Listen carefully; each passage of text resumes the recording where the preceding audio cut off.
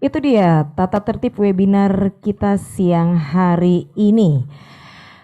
Saya ingin menginformasikan bahwa profil peserta pada siang hari ini dari unsur pemuda, mahasiswa serta berbagai lapisan masyarakat dari Kabupaten Sangau, Melawi, Sekadau, Sintang dan Kapuas Hulu. Wah, ini rata-rata semua dari Kalimantan Barat rupanya ya. Oke, kita akan lihat untuk partisipan sudah bertambah menjadi 101 peserta. Saya akan sapa dulu narasumber kita. Ini Bapak Krisantus Kurniawan. Selamat siang Bapak Krisantus. Selamat siang. Wah, kalau saya mendengar suara Bapak Krisantus nih, saya sangat semangat sekali Bapak. Bapak setiap hari dari kemarin saya lihat selalu semangat ya Pak, luar biasa. Sehat ya Pak ya? Sehat. Oke, kita jaringan dan video baik Pak ditangkap? Baik sekali. Alhamdulillah. Di sini juga saya melihat video Bapak baik sekali dan suaranya lantang sekali Pak. Oke Bapak, kita masih persiapan. Kurang lebih sekitar 3 menit lagi kita akan mulai webinar kita pada siang hari ini. Oke Pak, terima kasih banyak Pak. Kita masih prepare. Dan saya akan menyapa untuk Ibu Septriana Tangkari. Beliau adalah Direktur IKPM di Jen IKP Kemkominfo RI. Di sini sudah ada Ibu Septriana. Halo, selamat sore Mbak. Selamat siang Ibu Septriana. Salam sejahtera untuk kita semua. Salam kenal untuk teman-teman yang mengikuti melalui Zoom link. Mudah-mudahan sehat selalu dan selamat melaksanakan ibadah puasa. Melaksanakan dan bagi yang tidak, kita harus tetap saling sayang. Amin. Sehat selalu. Amin. Jaringan dan video juga suara di sana ditangkap dengan baik ya Ibu Septriana? Alhamdulillah baik sekali Mbak. Oke. Jelas sekali. Baik, kita masih prepare, kurang lebih 2 menit lagi kita akan mulai Bu Septriana. Oke, terima kasih. Kita akan berjumpa lagi nanti di sesi berikutnya. Saya akan sapa untuk Ibu Mira Taiba. Beliau adalah Direktur Jenderal IKP Kemkominfo RI. Apakah sudah ada Ibu Mira? Saya menyampaikan Mbak, mohon izin dari Bu Mira. Beliau sedang rapat KTT ASEAN, jadi mohon diwakilkan oleh kami. Terima kasih banyak. Oke, terima kasih Ibu Septriana. Baik, selanjutnya narasumber kita ini ada Kak Konsita Caroline. Beliau ini adalah presenter TV dan influencer. Sepertinya ada di studio ya? Ada di studio ya? Ada di studio untuk Kakak Konsita Caroline ya. Beliau ini adalah masih muda, cantik dan beliau adalah presenter TV dan influencer.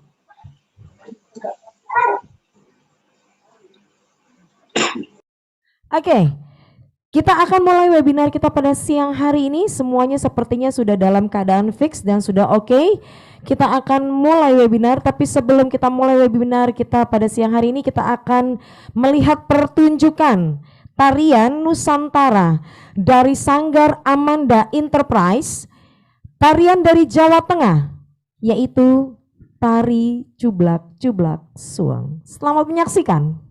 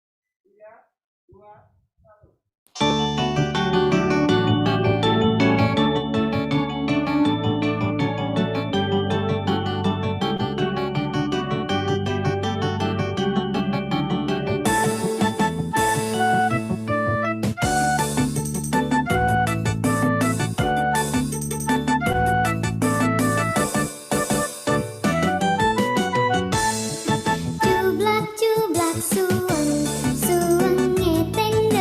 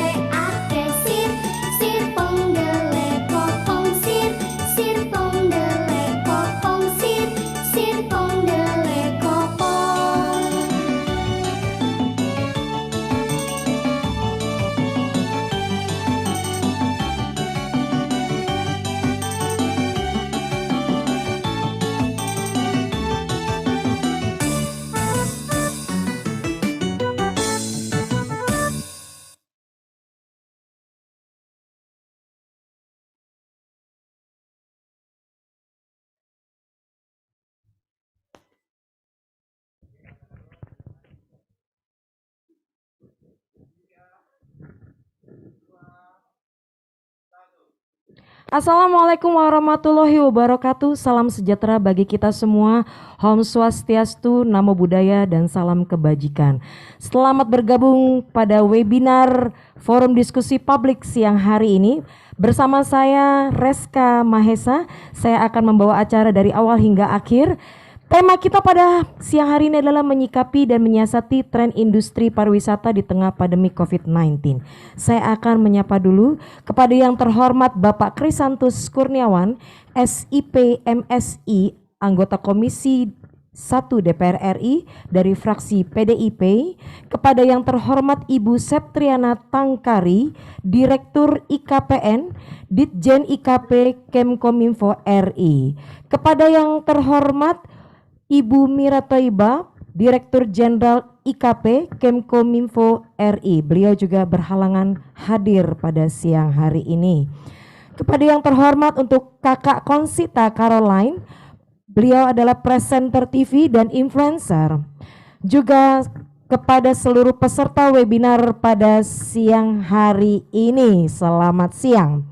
Webinar Forum Diskusi Publik Ditjen IKP Kominfo. Tema siang hari ini adalah menyikapi dan menyiasati tren industri pariwisata di tengah pandemi COVID-19 yang diselenggarakan oleh Ditjen IKP Kementerian Komunikasi dan Informatika Kemkominfo RI. Untuk acara selanjutnya adalah kita akan mendengarkan lagu kebangsaan kita, berkumandang lagu Indonesia Raya. Saya menghimbau untuk para peserta, narasumber, dan semua yang ada di studio untuk bangkit berdiri. Kita akan mendengarkan lagu Indonesia Raya berkumandang.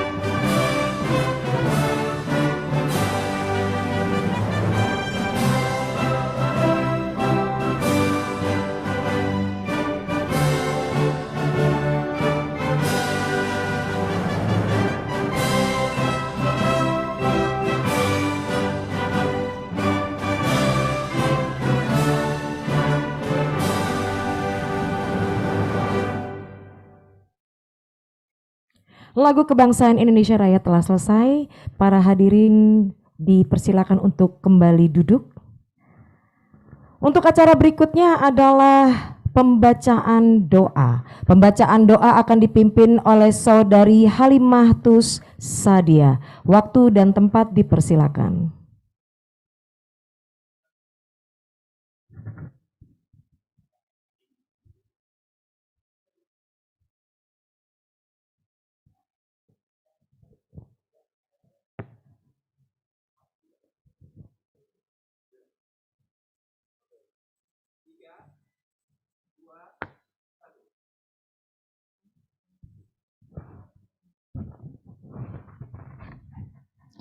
Assalamualaikum warahmatullahi wabarakatuh. Salam sejahtera bagi kita semua. Sebelumnya saya memohon izin untuk memimpin doa bagi yang muslim, bagi yang selainnya dimohon untuk menyesuaikan sesuai keyakinan masing-masing. Bismillahirrahmanirrahim. Ya Allah, Tuhan yang Maha Esa, Dengan segala kerendahan hati, kami mempersembahkan puji syukur kehadirat-Mu atas nikmat dan karunia yang Kau anugerahkan kepada bangsa dan negeri kami. Ya Allah, ya Rabbi, ya Tuhan kami, dengan memohon ridho dan izin-Mu, kami memohon kegiatan hari ini dapat dilancarkan dan dapat bermanfaat untuk seluruh umat yang terlibat dalam acara ini. Ya Rahman, ya Rahim, berikanlah kesehatan dan energi positif kepada kami, kepada narasumber, panitia, dan seluruh peserta agar kegiatan ini dapat berjalan sebagaimana baiknya.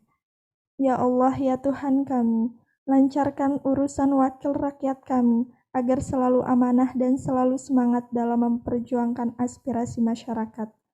Ya Allah, ya Mujibas Sa'ilin, Engkau yang maha mengabulkan doa, maka perkenankanlah doa dan permohonan kami. Wassalamualaikum warahmatullahi wabarakatuh.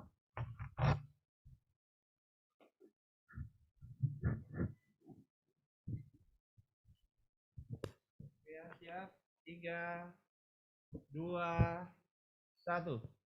Acara selanjutnya adalah keynote speech yang akan diwakilkan oleh Ibu Septriana Tangkari, memberikan kata pembuka. Waktu dan tempat dipersilakan.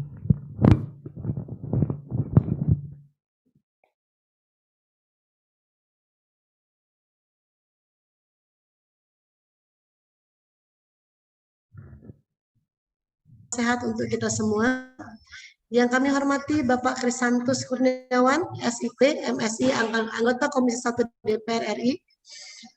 Yang kami hormati Ibu Mira Thoibah yang saat ini sedang melanjutkan kegiatan terkait dengan KTT ASEAN.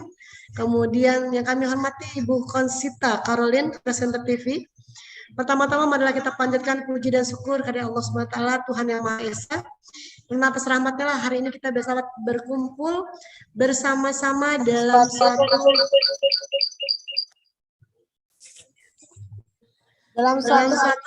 kegiatan diskusi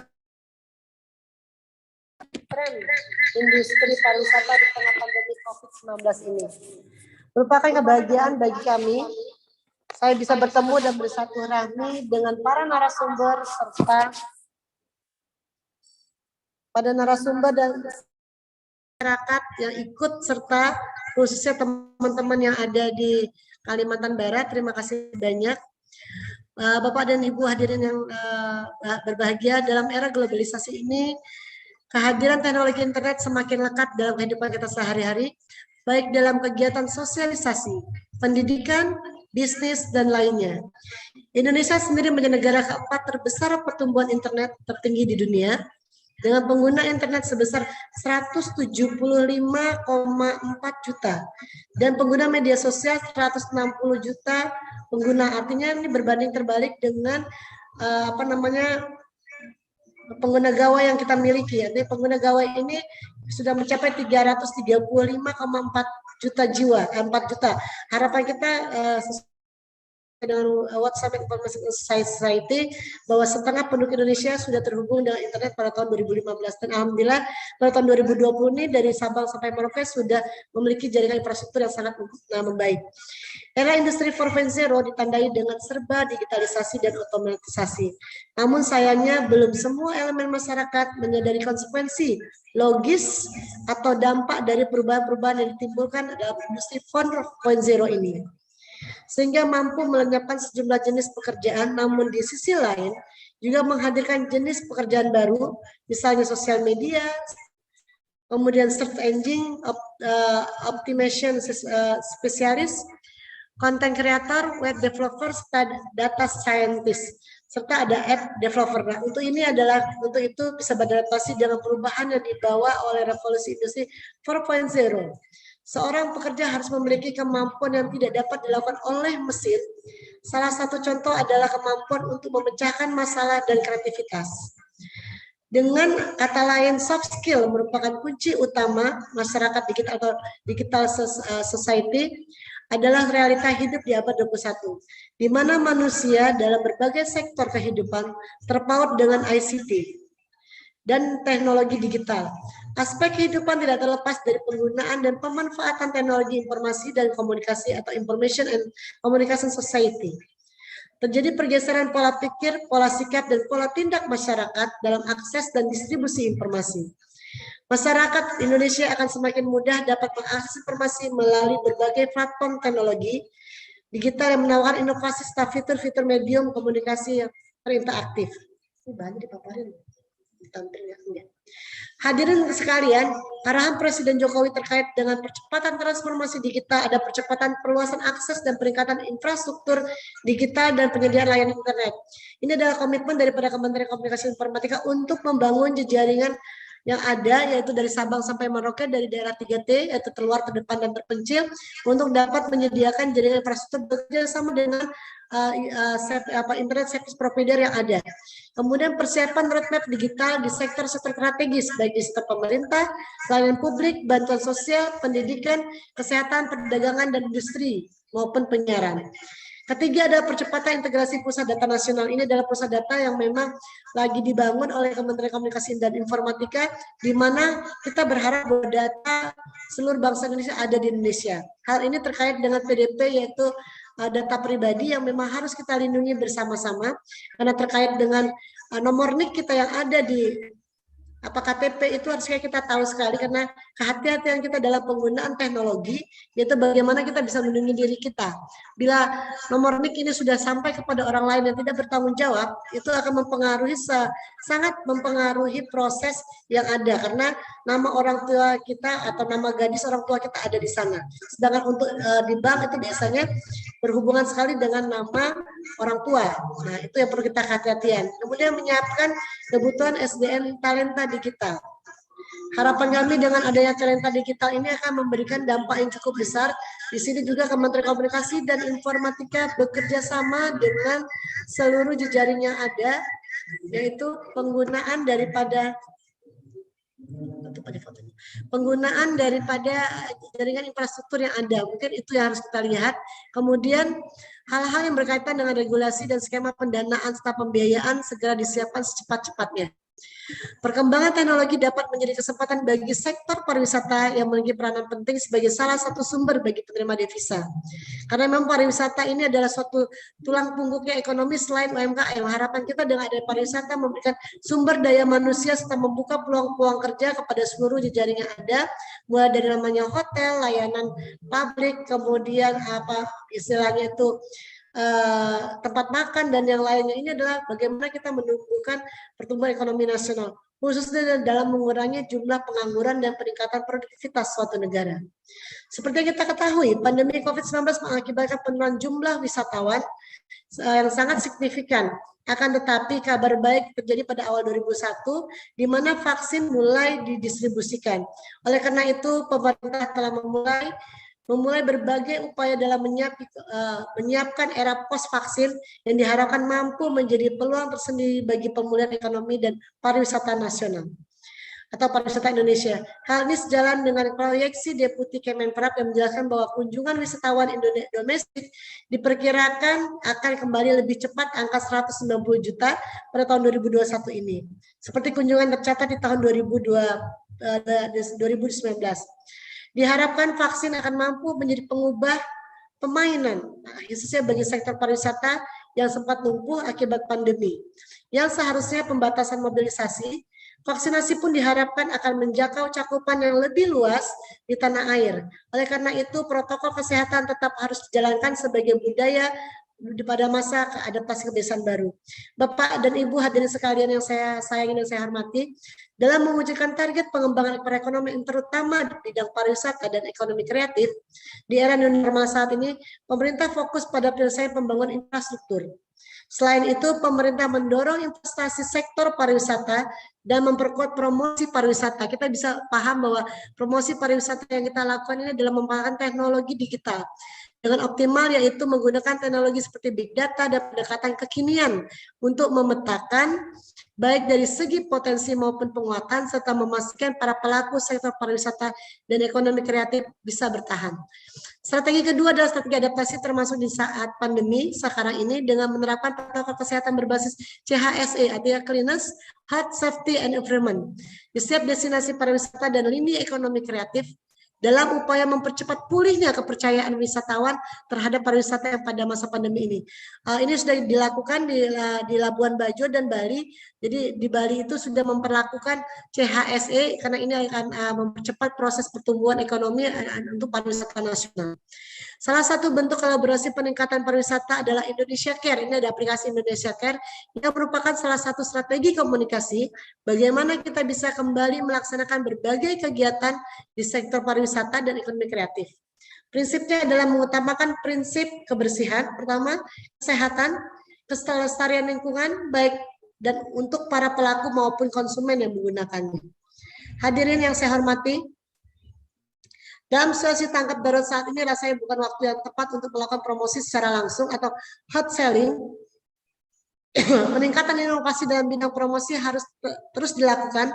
Salah satu inovasi sederhana yang dapat dilakukan untuk meningkatkan promosi adalah dengan melakukan promosi interaktif lewat fenomena penyampaian pesan di media sosial. Salah satu adalah sosialisasi 5 destinasi wisata super prioritas utamanya di masa pandemi COVID-19 ini. Potensi pariwisata 5 destinasi prioritas ini diantara Mandalika di Nusa Tenggara Barat. Ini terdapat salah satu destinasi wisata super prioritas dan kawasan ekonomi khusus atau KEK yang akan menjadi salah satu venue ajang bergengsi kelas dunia itu MotoGP. Selain itu terdapat juga event nasional adalah Sailnias yang dilakukan setiap 2 tahun sekali, di mana pada tahun 2021 ini Sailnias akan dilaksanakan di Kota Tidore, Maluku Utara. Kegiatan Sail ini bertujuan untuk memperkuat dan memperkokoh visi pemerintah menjadikan Indonesia sebagai poros maritim dunia.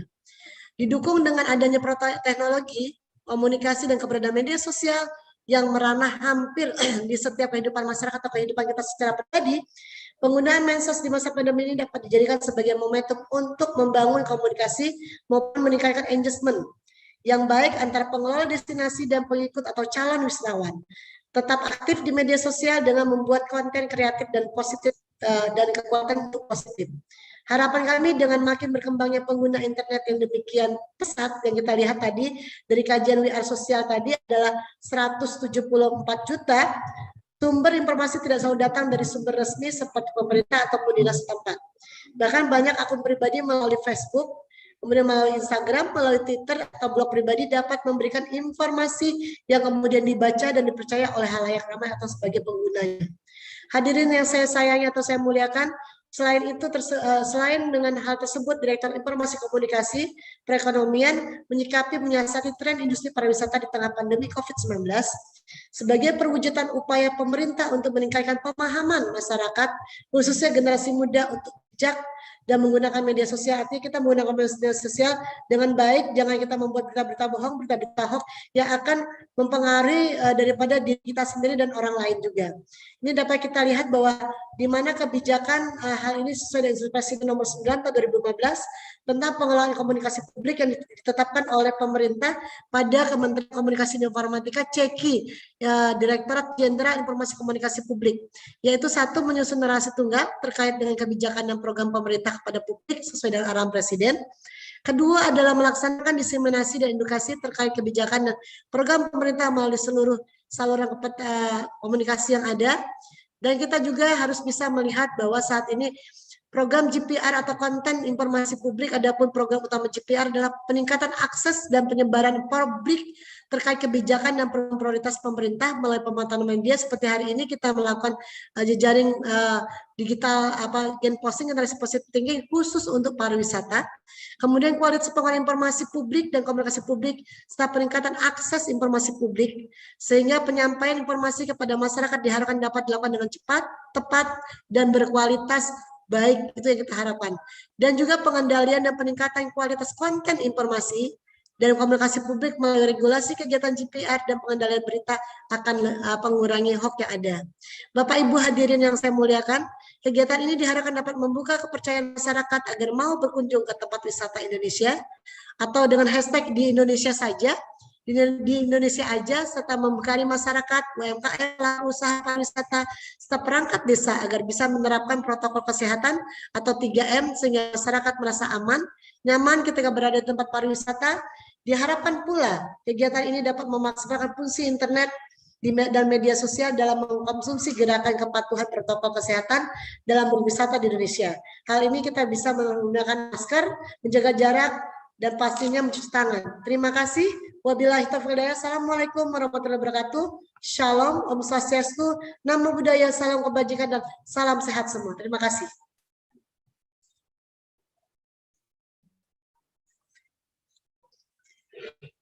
Ada suaranya. Sekali, jadi hashtag di Indonesia saja. Oke. Baiklah, untuk seminar resmi dibuka, saya akan menyerahkan kepada moderator kita siang hari ini. Moderator kita adalah Saudari Paulina Citra Dewi. Pada siang hari ini akan dipandu oleh Saudari Paulina Citra Dewi. Kita kembali ke moderator kita. Baik, terima kasih rekan saya MC Kak Rizka gitu. Tadi MC kita sudah memandu acara, kemudian tadi Ibu Septriana telah memberikan keynote speech begitu ya untuk membuka diskusi publik pada sore hari ini. Kita akan langsung untuk memulai diskusinya. Tadi sudah hadir di tengah-tengah kita juga ada Pak Krisantus Kurniawan selaku anggota DPR RI Komisi 1. Selamat sore Bapak, salam sehat, salam hormat. Terima kasih Bapak selalu senantiasa untuk mengisi ruang-ruang diskusi ya, mengedukasi kami sebagai generasi muda dan terutama masyarakat Indonesia khususnya. Salam hormat Bapak. Kemudian ada yang sudah hadir di tengah-tengah studio kita live, nanti akan duduk bersama saya di sini, Kak Konsita Caroline. Beliau masih ada di belakang, nanti sebentar lagi akan siap-siap ke depan. Begitu. Langsung saja mungkin kita panggilkan Kak Konsita Caroline. Silakan teman-teman juga bisa memberikan applause lewat virtual Zoom mungkin? Boleh.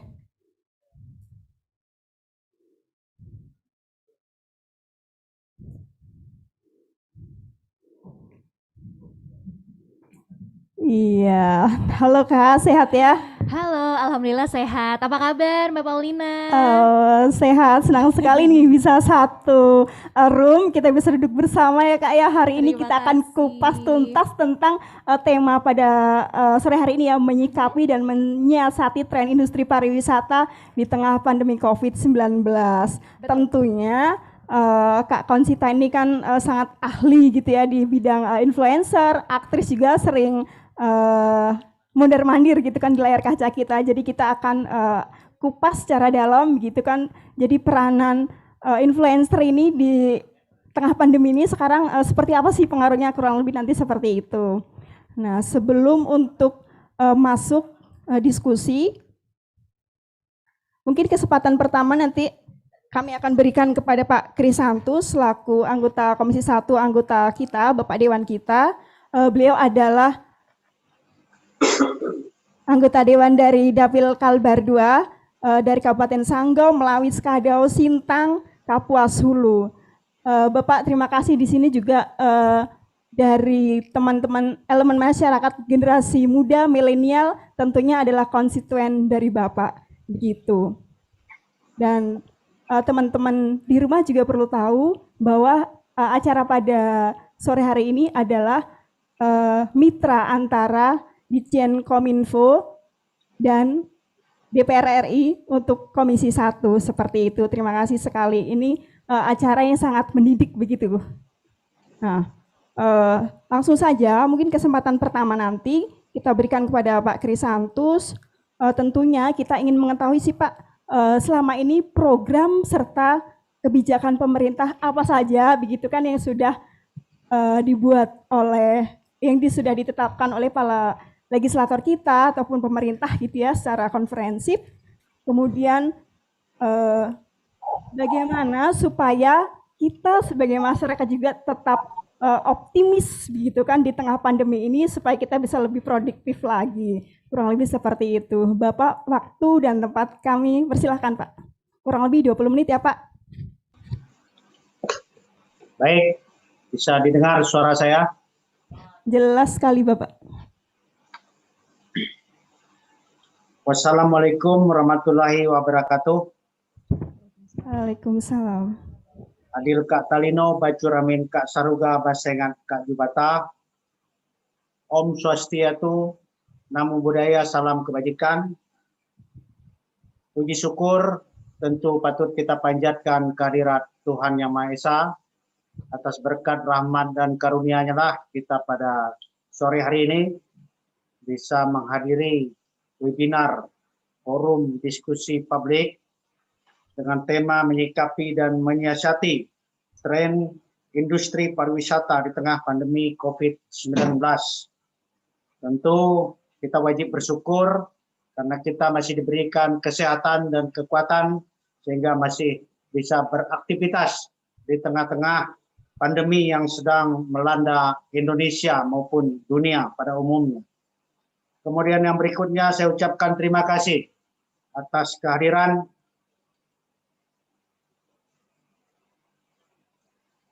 ibu-ibu narasumber, Ibu Septriana Tangkari, kemudian Mbak Conchita Caroline, dan Ibu Mira Toiba, serta moderator kita. Salam hormat dari saya. Dan terima kasih juga kepada seluruh peserta yang telah meluangkan waktu untuk mengikuti webinar pada hari ini. Kemudian yang berikutnya saya ucapkan selamat menunaikan ibadah puasa kepada saudara-saudara kita, kaum muslimin dan muslimat. Dan kenalkan, saya Krisantus Kurniawan, anggota DPR RI, Komisi 1 dari fraksi PDI Perjuangan, daerah pemilihan Kalimantan Barat 2, Kabupaten Sanggau, Kabupaten Sekadau, Kabupaten Melawi, Kabupaten Sintang, dan Kabupaten Kapuas Hulu.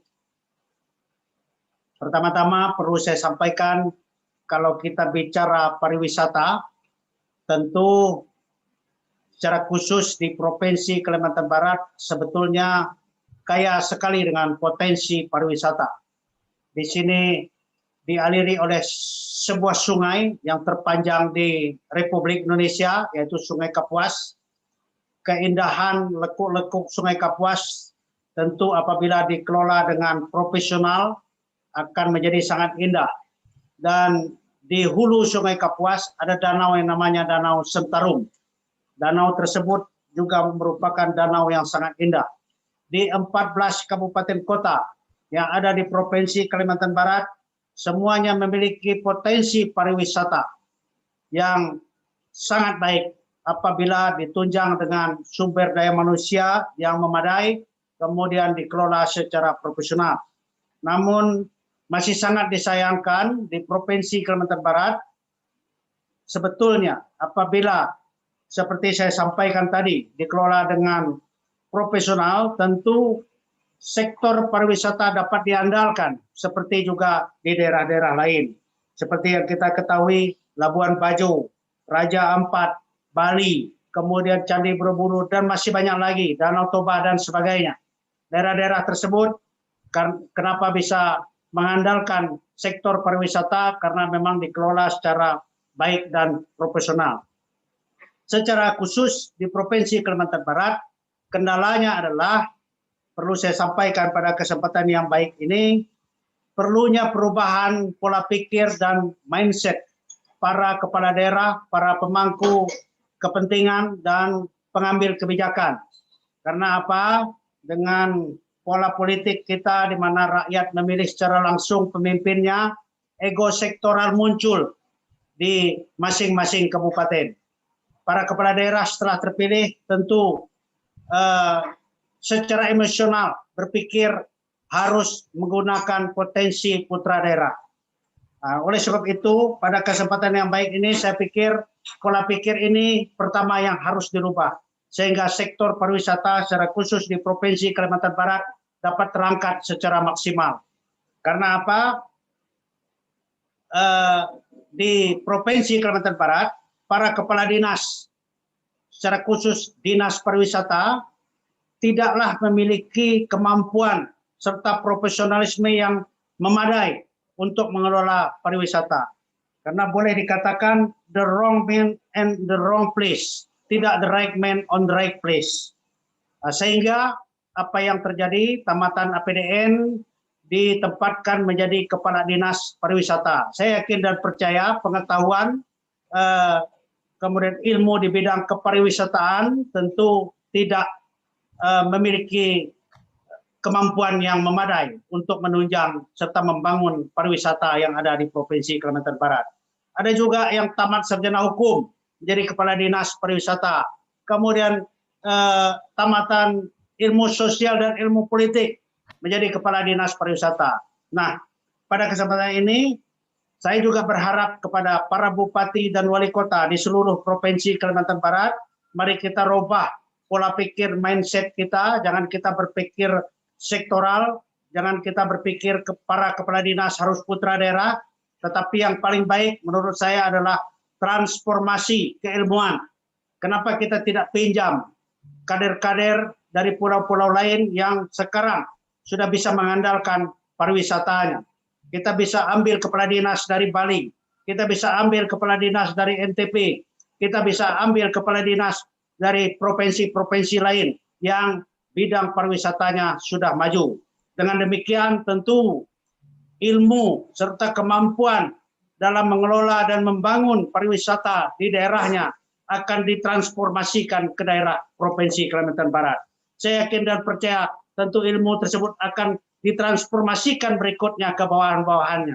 Dengan demikian tentu pariwisata di Provinsi Kalimantan Barat tidak kalah dengan provinsi-provinsi lain yang ada di Republik Indonesia, dan tentu harapan kita bisa menunjang pendapatan nasional di bidang pariwisata, bisa menunjang Bali, bisa menunjang Raja Ampat, bisa menunjang Labuan Bajo, Danau Toba, dan sebagainya. Karena ini merupakan satu kesatuan dalam negara kesatuan Republik Indonesia. Bapak, Ibu, dan Saudara sekalian, perlu saya sampaikan bahwa sekarang di era pandemi COVID-19, tren pariwisata tentu sudah berubah. Kalau dulu sebelum ada wabah, para wisatawan senang bepergian secara berbondong-bondong dengan jumlah yang banyak, mass tourism. Pandemi telah mengubah jenis atau model tren pariwisata, di mana masyarakat cenderung lebih memilih untuk bepergian dalam kelompok-kelompok kecil, karena keamanan, kesehatan, dan sebagainya. Tren ecotourism, adventure tourism, and wellness tourism diperkirakan akan menjadi jenis wisata yang paling diminati ke depan, khususnya untuk kegiatan dengan grup kecil dan aktif, interaksi di luar ruangan, kegiatan edukasi alam untuk keluarga, hingga aktivitas yang berkontribusi kepada konservasi alam. Dapat saya contohkan, pergi ke destinasi pegunungan dengan aktivitas camping dan sebagainya. Tentu ini lebih menarik pada era pandemi, di samping kita mendapatkan udara segar, juga kita terhindar dari banyak orang serta kerumunan. Kemudian aman dari segi protokol kesehatan, tidak padat pengunjung dan bersih. Untuk bepergian sekarang lebih memilih menggunakan kendaraan pribadi dengan teman, keluarga, atau kelompok kecil. Kemudian upaya pemerintah yang sudah dilakukan memberikan stimulasi kepada pelaku industri wisata yang dapat menambah nilai atau daya beli pelancong. Contoh, menghilangkan retribusi di area wisata. Kemudian yang berikutnya, perbaikan fasilitas umum di objek-objek pariwisata. Kemudian subsidi bagi transportasi umum yang harus mengurangi kapasitas. Kemudian yang berikutnya dapat kita simpulkan, Bapak, Ibu, dan Saudara sekalian, tren ekoturism akan menjadi model pariwisata yang akan lebih diminati oleh masyarakat. Maka dari itu, pemerintah dan para kaum milenial harus mulai memanfaatkan momen ini untuk mengembangkan potensi wisata alam di daerah-daerah atau desa yang belum diketahui oleh masyarakat. Media digital menjadi alat yang sangat pas untuk mempromosikan potensi-potensi tersebut. Sehingga ketika desa-desa tersebut berkembang, ekonomi di suatu daerah dapat tergerak kembali, khususnya bidang UMKM. Dan perlu saya sampaikan, tentu yang terakhir perlu sinergitas antara pemerintah kabupaten kota, pemerintah provinsi, dan pemerintah pusat. Apabila tidak terjadi sinergitas yang berkesinambungan, tentu pembangunan di bidang pariwisata akan sulit untuk dilakukan. Pemerintah pusat secara khusus di Provinsi Kalimantan Barat, Kementerian Komunikasi dan Informatika dan Komisi 1 DPR Republik Indonesia tahun anggaran 2021 ini di APBN telah menyepakati dan menyetujui membangun 721 titik BTS di seluruh Provinsi Kalimantan Barat. Tentu ini akan sangat bermanfaat ketika sudah dibangun dalam rangka mempromosikan objek-objek pariwisata yang ada secara khusus di Provinsi Kalimantan Barat. Saat ini perlu saya sampaikan bahwa di Provinsi Kalimantan Barat dengan kekayaan alam, dengan kekayaan sumber daya serta panorama alam yang bisa dikembangkan menjadi objek pariwisata unggulan di Republik Indonesia ini belum terpromosikan secara nasional. Jangankan secara nasional, di Provinsi Kalimantan Barat sendiri masih banyak saudara-saudara kita yang belum mengetahui kehadiran Danau Sentarum.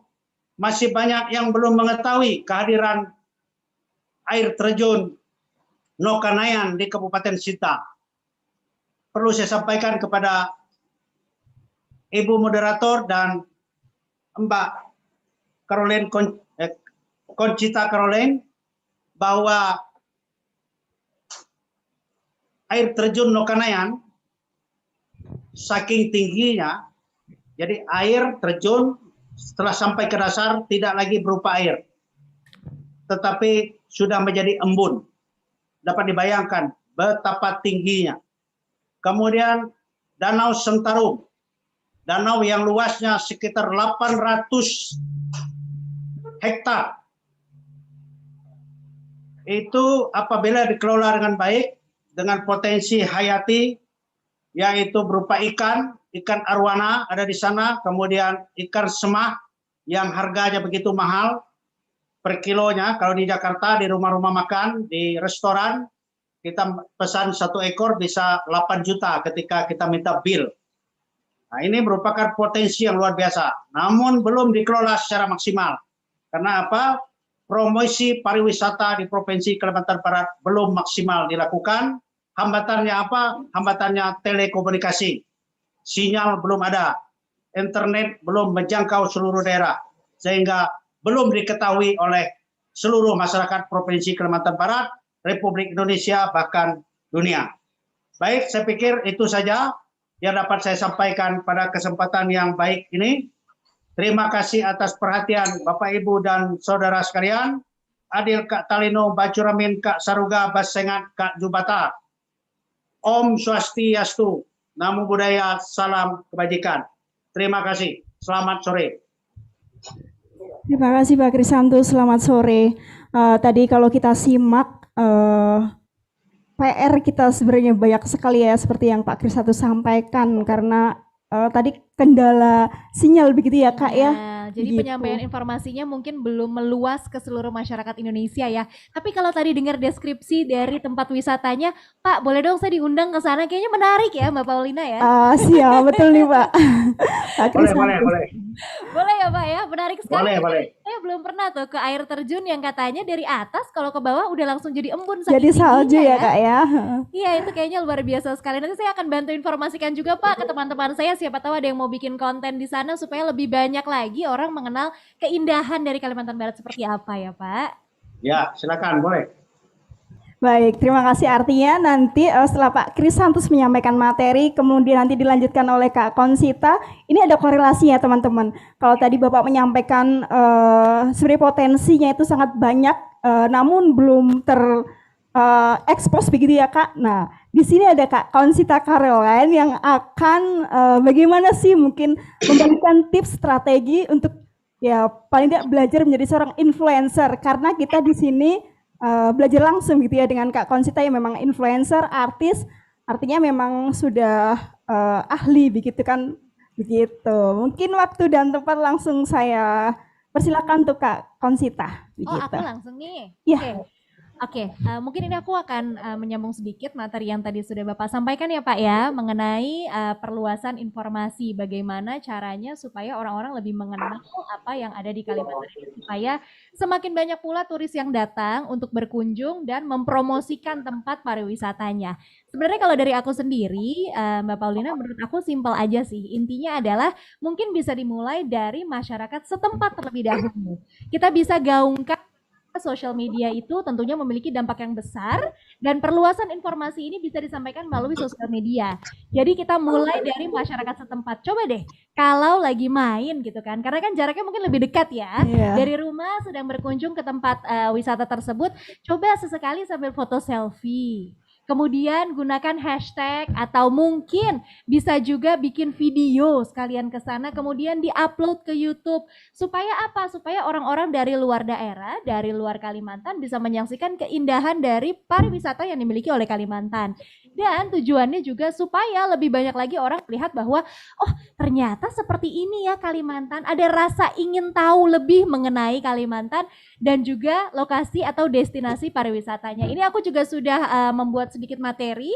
Mungkin untuk teman-teman yang sudah bergabung di webinar, aku ucapkan selamat sore. Sebelumnya terima kasih banyak atas waktunya. Kita bisa saksikan bersama-sama ya, pariwisata di tengah pandemi. Kalau kita bicara mengenai pandemi, tentunya mungkin orang agak sedikit ragu Mbak Paulina untuk berjalan-jalan, berwisata, apalagi kalau harus naik pesawat, jaraknya jauh gitu kan ya, apalagi dengan segudang protokol kesehatan yang harus ditepati. Tapi Iya. sebenarnya sekarang sudah banyak sekali tempat-tempat pariwisata yang mengedepankan protokol kesehatan itu sendiri. Contohnya, sebelum kita bepergian menggunakan pesawat, itu kita sudah dipastikan harus melewati swab antigen atau PCR. Kemudian kita akan memiliki surat keterangan kalau memang kita dinyatakan negatif, aman untuk bepergian, kita akan memiliki surat itu supaya nantinya di destinasi tujuan kita juga bisa memiliki pegangan tersendiri untuk memasuki tempat-tempat pariwisata. Nah, mungkin sedikit yang bisa aku sampaikan, sedikit tips mungkin ya untuk bagaimana agar mengajak orang-orang datang ke Kalimantan Barat dan melihat keindahan yang ada di sana. Kita harus menyuarakan betapa tempat-tempat pariwisata di Kalimantan ini juga mengedepankan protokol kesehatan. Layaknya sebuah bandara, sebuah airport, tempat-tempat pariwisata ini juga mungkin mengharuskan para pengunjungnya untuk swab antigen terlebih dahulu. Karena setahu saya antigen tidak memakan waktu yang lama ya. Sekitar 15 menit sudah bisa dilihat hasilnya. Iya, betul. Untuk biaya bagaimana? Mungkin bisa bekerja sama dengan salah satu rumah sakit di wilayah setempat. Jadi kita bisa mendapat atau memberikan sorotan tidak hanya kepada lokasi pariwisata itu sendiri, tapi juga kepada rumah sakit yang terlibat. Kemudian bisa juga disuarakan bahwa tempat-tempat ini juga sudah melakukan pembersihan secara menyeluruh. Contohnya untuk toilet umumnya, kemudian untuk lahan parkirnya, kepada orang-orang yang mungkin bertugas di sana, loket kasir atau mungkin penjaga toilet apa segala macam juga bisa dipastikan kepada masyarakat sudah melewati protokol kesehatan yang menyeluruh. Di mana menyuarakannya? Kalau saya boleh usul Pak, mungkin salah satu langkah yang paling simpel adalah dengan membuat akun Instagram dari lokasi pariwisata itu sendiri. Jadi kita buat satu akun yang memang khusus untuk mempromosikan lokasi wisata itu. Contoh tadi air terjun atau mungkin danau yang ternyata luas sekali ada di Kalimantan. Mungkin banyak orang yang belum mengetahui. Tapi zaman sekarang Mau dari anak kecil, dari ibu-ibu, anak muda, bapak-bapak, semua pasti melek Instagram.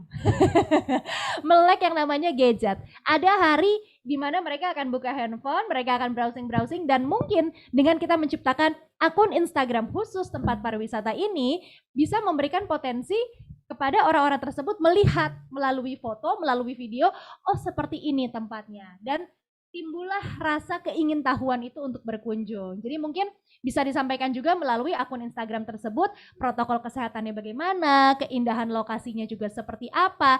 Dan kalau mungkin mau agak lebih ekstrim ya, mau lebih cepat untuk mendapatkan sorotan dan juga perhatian dari banyak orang, bisa juga dengan sistem endorsement. Bagaimana caranya? Coba datangkan influencer atau content creator yang ada di Jakarta, supaya bisa mengunjungi tempat pariwisata itu, kemudian menjabarkan pengalaman mereka di kanal YouTube atau di akun Instagramnya. Jadi orang-orang yang merupakan pengikut dari content creator atau influencer ini akhirnya melihat juga, oh kemarin contoh gitu ya misalnya, oh kemarin aku lihat si artis Ani Raffi Ahmad dan keluarga habis liburan nih ke tempat ini, ternyata tempatnya bagus sekali ya, dan ramah juga untuk keluarga, anak-anak pasti suka karena di sana ada fasilitas A, B, C, D, E. Pemandangannya cantik sekali, dan tahu nggak ternyata danau di sini bentuknya seperti ini, bla bla bla bla bla. Akhirnya mereka ini juga ikut teredukasi. Para followers atau pengikut dari content creator dan influencer ini juga ikut teredukasi dan tahu bahwa oh di Kalimantan ada tempat wisata yang oke. Daripada kita tahun lalu udah ke Bali lagi, kita ke Malang lagi, mendingan kita coba yuk ke Kalimantan yuk. Kita lihat ada apa sih yang menarik di sana. Nah, mungkin bisa dicoba untuk tips endorsement tersebut. Nah, untuk figur yang terpilih tentunya kita serahkan lagi ya kepada pihak atau Menteri Pariwisata setempat gitu, agar bisa mungkin menilai siapa nih sekiranya yang cocok untuk mempromosikan titik-titik pariwisata di Kalimantan. Karena sebenarnya kalau kita bicara influencer dan juga content creator, dengan senang hati kita membuka diri untuk kesempatan-kesempatan ini. Banyak kan yang beranggapan apa sih biar dibiarin jalan-jalan gratis tuh, pengen jalan-jalan dibayarin. Kalau boleh jujur, siapa sih yang nggak ingin mengeksplor Indonesia gitu kan ya? Sebenarnya bukan hanya karena kita difasilitasi, tapi lebih kepada dengan senang hati kita akan membantu, mengedukasi dan juga menginformasikan kepada banyak orang bahwa masih banyak loh sebenarnya tempat-tempat wisata di Indonesia yang belum kita kunjungi, yang mungkin bisa dikatakan kurang terdengar gaungnya, padahal tidak kalah keren dengan tempat-tempat mainstream yang sudah banyak dikunjungi oleh turis. Dan siapa sangka kalau nanti ternyata sudah mulai menimbulkan rasa ingin tahu dan juga keinginan dari masyarakat setempat untuk mengunjungi tempat tersebut, turis-turis asing pun akan menyusul. Bisa kita ciptakan juga yang namanya tagar atau hashtag di Instagram, misalnya nama danaunya atau nama tempat pariwisatanya kita cantumkan di situ. Jadi nanti pada saat ada turis yang iseng pengen lihat seperti apa sih tempatnya, hanya tinggal mengetik nama lokasi atau tagar itu saja di Instagram, sudah muncul foto-foto dan videonya gitu. Jadi kalau ditanya bagaimana sih untuk menyiasati pariwisata di tengah pandemi COVID-19 atau COVID-19, kalau dari aku sebagai seorang influencer, dari kacamata aku dan profesiku adalah 3 step itu. Yang pertama, harus melek sosial media, mau tidak mau, karena sekarang semua lapisan usia itu ada di sosial media. Bahkan sekolah saja sudah melalui sistem daring ya. Jadi anak-anak kecil sekarang juga sudah terbiasa ada di depan komputer. Kenapa nggak sekalian kita bikin komputer, handphone, gadget ini menjadi sesuatu yang educational. Jadi sekaligus memberikan kita informasi tentang banyaknya keindahan pariwisata di Indonesia. Salah satunya di Kalimantan. Kemudian yang kedua, seperti yang tadi sudah aku sampaikan, protokol kesehatan harus tetap dijaga sehingga tidak ada rasa cemas atau khawatir dari para turis atau pendatang yang ingin berkunjung. Caranya bagaimana sih untuk memastikan bahwa semuanya under control, semuanya aman dan terkendali? Ya dengan mungkin memiliki website pribadi bisa, atau kalau mau yang lebih mudah dikontrol, memiliki akun Instagram atau YouTube pribadi bisa, dan tidak bosan-bosan untuk menyampaikan bahwa semuanya sudah melewati proses pembersihan, juga memberlakukan protokol kesehatan yang ketat. Pengunjung dipastikan menjaga jarak satu sama lain, mengenakan masker, tersedia hand sanitizer di beberapa titik. Itu hal-hal kecil yang sebenarnya terlihat sepele ya, dan kalau dari segi pengeluaran juga sebenarnya tidak seberapa, tapi memiliki impact yang besar terhadap masyarakat atau orang-orang yang ingin berkunjung, karena kita jadi merasa aman dan kita juga jadi merasa bahwa wah, kita ternyata dilayani dengan baik ya di sini ya gitu. Kebersihan kita terjamin, kesehatan kita terjamin, sehingga mereka tentunya ingin menyampaikan kepada keluarga atau sanak saudara, teman-teman yang lain untuk yuk ikutan datang ke sini yuk, karena tempatnya bersih, terjamin kesehatannya, juga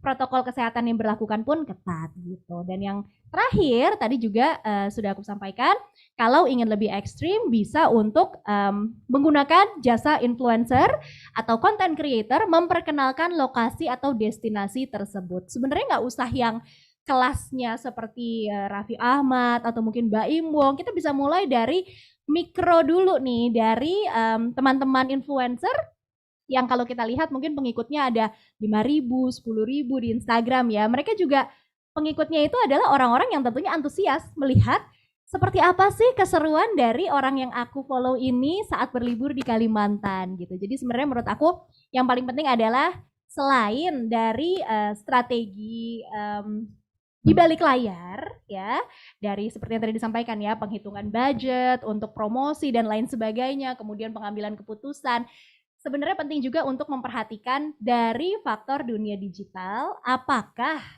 penyampaiannya ini sudah dilakukan secara maksimal, apakah kita sudah mengajak masyarakat untuk berkunjung secara maksimal, memanfaatkan fasilitas yang ada, karena kan sekarang Instagram gratis, YouTube gratis ya kan. Malah kalau misalnya bikin akun YouTube, kemudian kita explore tempat-tempat wisata di Kalimantan, kemudian kita nyalakan AdSense-nya, secara tidak langsung kita juga bisa mendapatkan pemasukan dari kanal YouTube itu, yang artinya dari segi edukasi, dari segi penyampaian informasi saja sudah ada keuntungan yang bisa didapatkan. Gimana cara untuk mendapatkan keuntungannya? Ya kita bikin videonya semenarik mungkin, seindah mungkin, sehingga banyak orang yang menyaksikan, banyak orang yang share videonya, dan pada akhirnya kita bisa mengaktifkan AdSense dan mendapat penghasilan dari sana gitu. Jadi mungkin itu aja kalau dari aku, penyampaian yang bisa dikatakan merupakan ide dan juga aspirasi dari kami teman-teman influencer dan juga content creator terhadap pariwisata di Indonesia. Karena sebenarnya gak hanya di masa pandemi, dari dulu pun concern kita adalah Indonesia itu punya banyak banget spot-spot yang cantik, spot-spot yang indah. Salah satunya juga tadi sudah disebutkan ya, ada Bali, Raja Ampat, kemudian ada juga apalagi tadi Labuan Bajo. Sebenarnya itu hanya sebagian kecil aja, masih banyak yang belum tereksplor, salah satunya ada di Kalimantan gitu. Jadi kita pengen banget sebenarnya baik dari Kementerian Pariwisata dan juga rekan-rekan influencer, content creator ini bisa saling bergandengan tangan, bisa bersama-sama coba menyuarakan betapa indahnya Indonesia, daripada penduduk kita sendiri harus pergi ke luar negeri untuk mencari keindahan, untuk refreshing. Mendingan kita jelajahi dulu Indonesia yang sebenarnya punya banyak sekali hidden oasis, punya banyak sekali hidden paradise yang masih belum tereksplor. Seperti itu kurang lebih Mbak Paulina. Wah, terima kasih, menarik sekali. Ini tadi trik-trik jitu sebenarnya, strategi khusus yang langsung dibagikan oleh Kak Konsita, ya kan? Nah, teman-teman kalau menyimak dari awal sampai saat ini tadi, pastinya sudah banyak pertanyaan-pertanyaan yang akan diungkapkan ya Kak, yang akan ditanyakan. Nah, silakan teman-teman sudah bisa mulai bersiap-siap menanyakan pertanyaannya, bisa diketik ataupun nanti raise hand, kemudian nanti tim teknis di sini akan membantu teman-teman untuk bertanya seperti itu. Sebelumnya mungkin saya ingin bertanya pada Pak Krisantus ya Pak ya. Halo Bapak. Halo. Ya, terima kasih Pak. Jadi kan kalau data kita ketahui secara bersama, kalau dilihat itu ya Pak ya, saat pandemi ini kan bisa dikatakan menurun begitu ya untuk penghasilan di sektor pariwisata, kurang lebih cukup banyak, cukup tajam gitu kan. Nah, di sini juga nanti mungkin apa ya, Bapak bisa memberikan ataupun memberikan masukan teman-teman gimana sih tetap supaya kreatif, juga bisa memanfaatkan media yang dipunyai oleh teman-teman muda begitu kan ya, yang saat ini aktif tadi seperti Kak Konsita katakan. Jadi dari bangun tidur sudah kemana-mana, yang dicari adalah gadgetnya begitu ya Kak ya. Jadi nggak sia-sia begitu Jadi ya Kak ya. upaya untuk kaum milenial ataupun mungkin bisa dikatakan masyarakat Kalimantan setempat untuk membantu ya meningkatkan penghasilan dari sektor pariwisata gitu ya. Betul begitu. Oke, mungkin kita langsung saja cek teman-teman atau konstituen Pak Krisantus yang sudah menyiapkan pertanyaan. Silakan. Di layar kita terlihat ada Kak Sisilia. Nomor 22. Oke, sudah bisakah? Oke, Kak silakan sebutkan nama lengkap, kemudian saat ini tinggal di mana atau asalnya dari mana, begitu Kak, silakan. Oke, baiklah. Kedengaran jelas suara saya? Jelas Kak. Oh ya, baik. Nama saya Sisilia Eva Prihantina. Saya berasal dari Kabupaten Sanggau. Sebenarnya ide yang menarik tentang pembicaraan kita pada sore hari ini, dan sedikit banyak sudah saya tangkap beberapa tips-tips yang memang sepertinya memang kami butuhkan.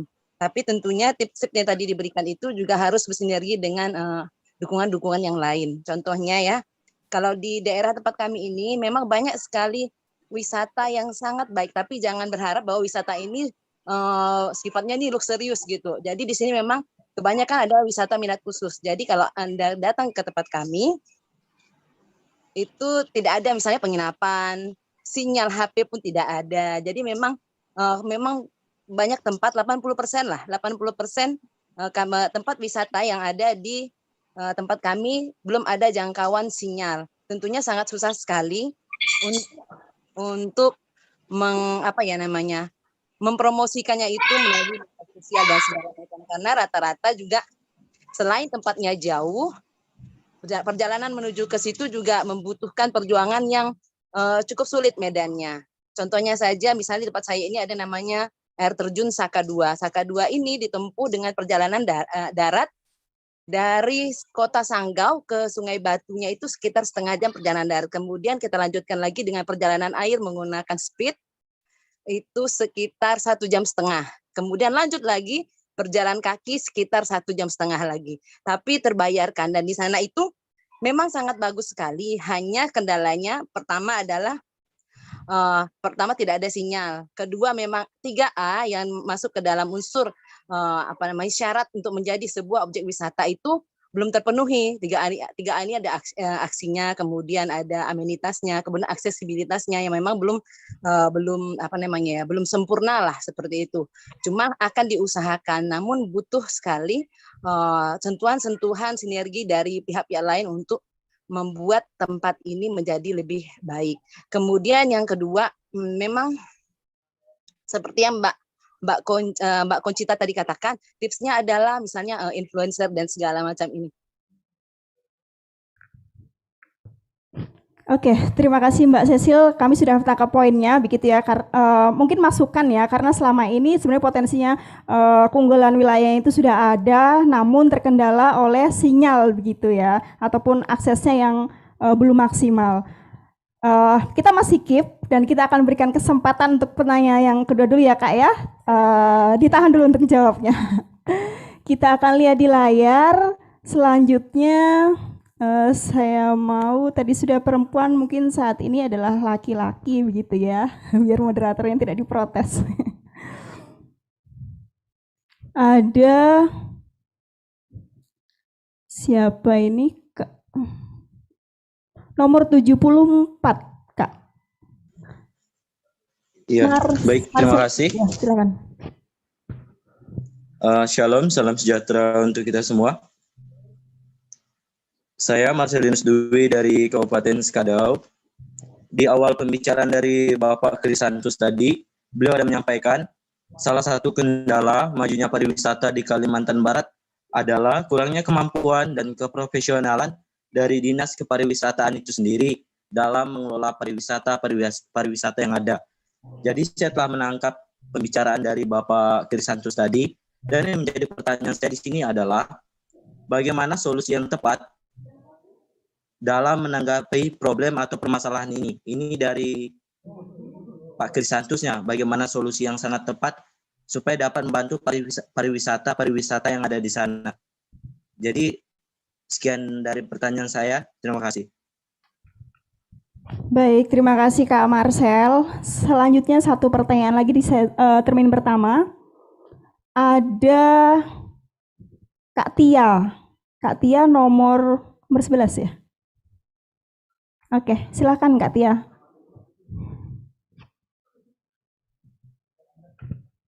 Nomor 11 Kak Tia. Oh iya, 118, maaf. Selamat siang. Selamat sore. Selamat Perkenalkan, nama sore. saya Tiara. Saya tinggal di Pontianak untuk saat ini. Sedangkan saya berasal dari Kabupaten Sanggau. Di sini saya ingin bertanya tentang yang diberitahukan oleh Pak Krisantus Kurniawan tadi. Mungkin ada beberapa pariwisata yang belum terkenal, tapi pasti juga ada beberapa pariwisata yang sudah mungkin dikenal beberapa orang terdekat di daerah sini kan. Bagaimana kita menyikapinya ketika para pengunjung-pengunjung itu datang dengan kita terima dengan sopan, tapi ketika mereka pulang mereka meninggalkan jejak beberapa sampah sehingga mencemari pariwisata tersebut, Kak. Sehingga mungkin beberapa hari ke depan kan pasti ada orang yang datang kan, mungkin datang untuk berlibur ke sana. Mereka melihat pariwisata yang mereka harapkan itu bersih, ternyata tidak sesuai harapan mereka karena para pengunjung sebelumnya itu tidak taat membuang sampah sembarangan. Bagaimana kita menyikapi ini semua? Baik, terima kasih Kak Tia. Tadi sudah ada 3 pertanyaan, mungkin bisa langsung ditanggapi dulu oleh Pak Krisantus. Tadi pertama Kak Sisil ya yang menanyakan tentang aksesibilitas di Kalbar mungkin ya yang kurang ataupun yang belum maksimal.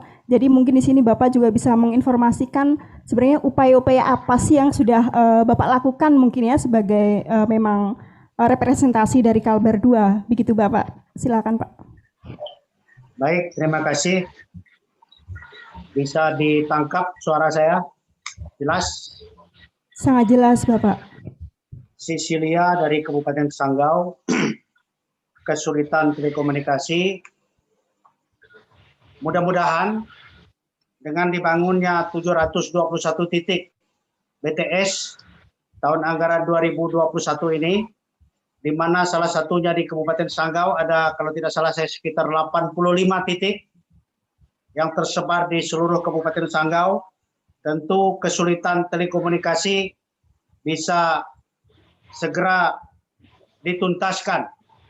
Kemudian yang tidak kalah pentingnya tentang objek pariwisata yang disampaikan oleh Mbak Sisilia, tentu dukungan pemerintah daerah sangat diperlukan. Pemerintah daerah di setiap kabupaten kota yang ada di Provinsi Kalimantan Barat memiliki dinas pariwisata yang tentu di dalam APBD pemerintah kabupaten kota yang ada di seluruh Provinsi Kalimantan Barat telah dialokasikan kepada dinas pariwisata tergantung kemampuan keuangan daerah.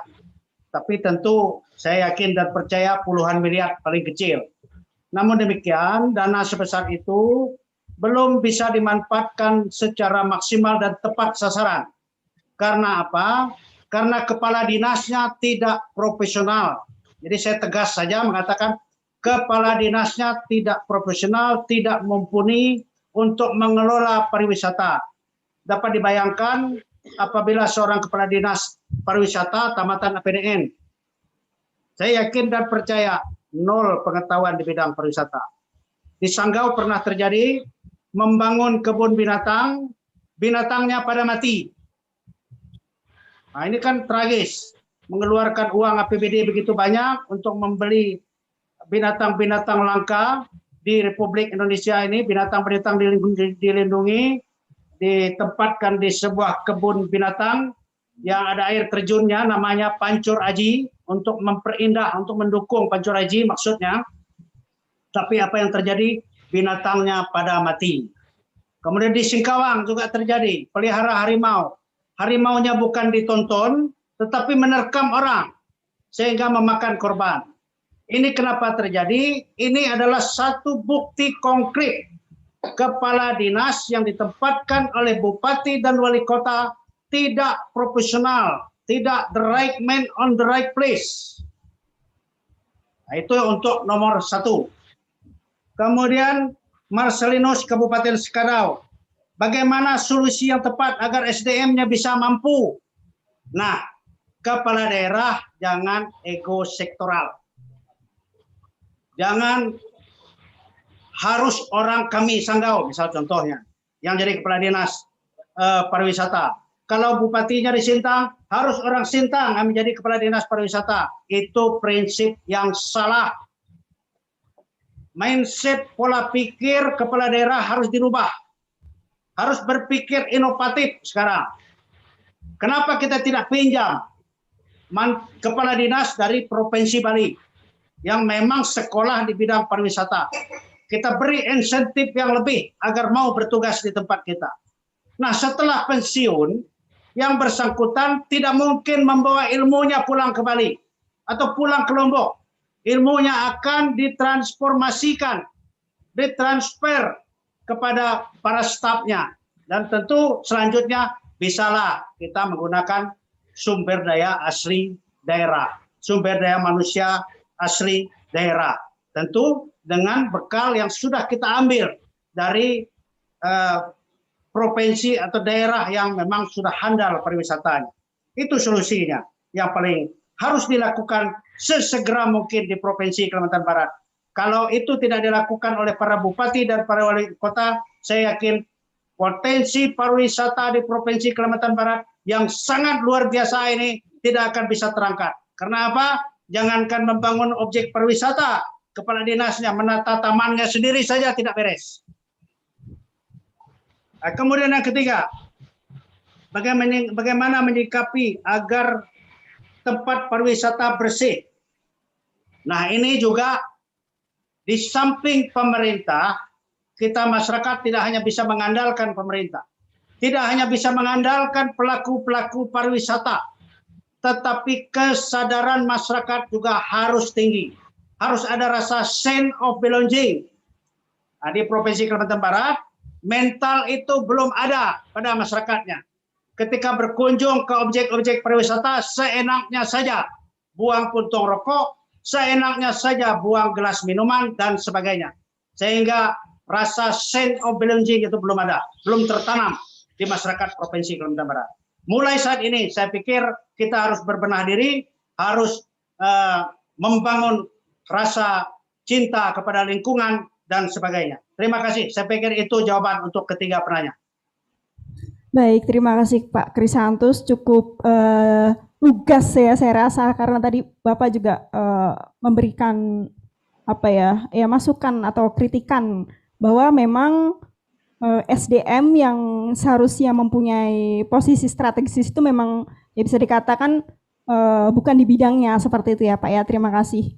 Gitu. Nah, di sini ada Kak Konsita Caroline. Barangkali ada tambahan Kak masukan tadi menyangkut pertanyaan-pertanyaan dari Kak Sisil, Kak Marcel, begitu kan tadi bagaimana supaya bisa memaksimalkan begitu kan peran media sosial begitu untuk bisa mempromosikan ataupun turut mengekspos dalam hal ini keunggulan pariwisata yang ada di Kalbar begitu Kak.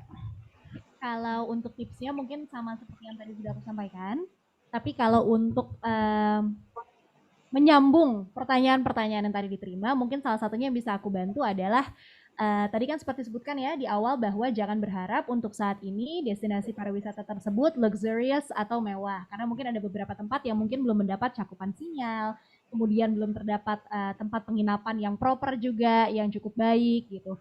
Mungkin kalau dari sisi ini bisa kalau begitu kita ganti sisi adventure-nya. Karena sebenarnya kalau kita bicara content creator, kita bicara influencer, itu ada segmentasinya tersendiri nih. Ada juga orang-orang yang sebenarnya tertarik untuk melihat destinasi pariwisata yang tidak mewah, justru tempat-tempat yang akan penuh dengan adventure, petualangan. Kalau kita saksikan di stasiun-stasiun televisi saat ini juga ada beberapa program yang setipe. Salah satunya mungkin saya bisa contohkan di Trans TV ada My Trip, My Adventure yang memang program dengan sifat mengajak kita untuk berwisata tapi tidak dengan cara yang mewah. Dengan cara seru-seruan, dengan cara masuk belusukan ke dalam hutan bahkan, atau menyelam bebas. Nah, ini mungkin bisa jadi salah satu strategi juga bagi Kementerian Pariwisata. Coba kita ajak orang-orang dengan tingkat adrenalin yang tinggi yang menyukai petualangan untuk berkunjung ke sana. Caranya gimana? Ya mungkin salah satunya adalah dengan menyuarakan bahwa kita punya loh tempat pariwisata yang tidak hanya membuat orang itu bisa relaksasi tapi juga memiliki sisi petualangan, sisi adventure. Karena biar bagaimanapun menurut aku tidak ada ruginya juga kita suarakan seperti apa kondisi yang ada di sana. Bahwa salah satunya menuju ke sana tadi kan katanya agak sulit ya, curam dan lain sebagainya. Ada loh orang yang menikmati perjalanan itu. Jadi untuk menyebarkan informasi ini, untuk mengedukasi orang tentang titik pariwisata ini sebenarnya tidak melulu harus saat tempat wisatanya mewah. Karena setiap orang punya punya sudut pandang dan juga kesukaannya tersendiri. Jadi bisa kita framingnya, justru kita ubah penyampaiannya. Ini tempat wisata yang seru, asik banget buat anak muda yang suka adventure. Gitu. Jadi point of view-nya atau penyampaian informasinya yang mungkin bisa disesuaikan dengan destinasi wisata itu sendiri. Itu satu. Kemudian aku juga mau berkomentar untuk mengenai sampah tadi ya. Karena aku rasa untuk pertanyaan kedua lebih cocok dijawab oleh Bapak tadi. Saya hanya jadi pengamat saja di sini. Untuk masalah sampah tersendiri, tadi kan mungkin disampaikan banyak sekali pendatang yang tempat wisatanya sudah dijaga nih oleh masyarakat setempat agar bersih, indah, dan bisa dinikmati. Tapi banyak pendatang yang datang ke sana tidak mempedulikan sampah bawaan mereka dan ujung-ujungnya malah merusak tempat wisata tersebut. Kalau saya boleh kasih saran, kalau boleh ya Pak ya, dengan lebih tegas juga seperti yang tadi Bapak lakukan, bisa diberlakukan denda. Jadi mungkin ini akan sedikit menjadi tambahan pekerjaan atau PR bagi para orang yang bertugas di tempat pariwisata itu sendiri untuk lebih memperhatikan. Tapi kita bisa berlakukan denda. Barang siapa pengunjung yang membuang sampah sembarangan akan dikenakan denda senilai gitu. Mungkin nggak usah besar-besar seperti kita katakan 5.000 sampai dengan 10.000 rupiah. Tapi tentunya kalau kita minta itu untuk denda, orang tuh akan semakin sungkan ya untuk membuang sampah. Dan tentunya kita bisa tulis juga besar-besar mungkin di pintu masuk atau mungkin di area parkir gitu ya. Atau sebelum masuk ke treknya juga bisa ditulis orang yang membuang sampah sembarangan akan dikenakan denda gitu. Gimana caranya kita untuk melihat dan mengetahui bahwa ada orang yang membuang sampah sembarangan, yaitu tadi mungkin akan menjadi tugas tambahan untuk SDM yang bekerja di tempat tersebut, atau bisa juga kalau memang anggarannya berlebih dan ada, diturunkan, dicairkan, bisa menggunakan teknologi CCTV gitu. Karena kalau kita bicara buang sampah sembarangan, betul seperti yang Bapak sampaikan tadi, kembali lagi ke diri kita sendiri, kesadaran diri dan juga bagaimana kita membawa diri pada saat kita berwisata. Gak hanya pendatang tapi juga masyarakat setempat. Mungkin akan lebih mikir dua kali gitu ya kalau memang ada denda yang diberlakukan. Seperti itu mungkin kalau yang bisa aku tambahkan Mbak Paulina. Baik, terima kasih Kak Konsita. Jadi di sini tadi Kak Konsita itu menambahkan ide lagi ya Kak ya. Jadi memang pemerintah harus ya mau nggak mau harus lebih tegas gitu ya. Tadi bisa memberlakukan denda ya Kak. Jadi kadang-kadang kan memang kesadaran itu ya mungkin kurang gitu kan. Jadi memang mungkin dengan seperti itu bisa sambil mengedukasi dan memberikan efek jerah. Nah, sama begitu. Seperti masker kan, sempat diberlakukan juga denda untuk masker. Akhirnya sekarang sudah mulai kalau kita jalan-jalan gitu kan orang sudah mulai lebih sadar diri untuk menggunakan masker. Iya, bahkan menjadi ya kebiasaan ya kayak sekarang kalau kita nggak pakai masker itu rasanya aneh begitu kan. Oke, kita akan diskusi juga lebih jauh lagi karena masih ada kesempatan begitu ya. Kita buka untuk termin yang kedua barangkali ya Kak Konsita dan Pak Krisantus. Ya. Begitu untuk masih bisa standby. Selanjutnya kita akan kembali melihat konstituen. Ada Mbak Mega nomor 72 ya. Oke, silakan Mbak sebutkan nama lengkap kemudian asalnya dari mana.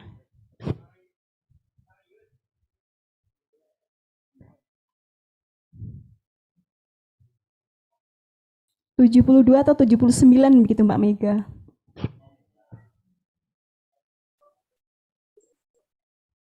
Assalamualaikum, selamat sore semuanya. Perkenalkan, nama saya Mega Pratiwi, asal Pontianak. Di sini saya ingin bertanya, bagaimana kebijakan pemerintah ke depannya terhadap industri pariwisata di tengah kasus pandemi COVID yang semakin naik, dengan tetap menyeimbangkan keselamatan ekonomi masyarakat. Terima kasih. Baik, terima kasih Mbak Mega. Selanjutnya kita akan berikan kesempatan juga kepada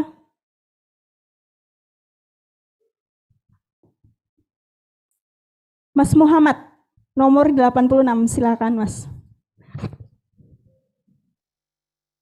Selamat,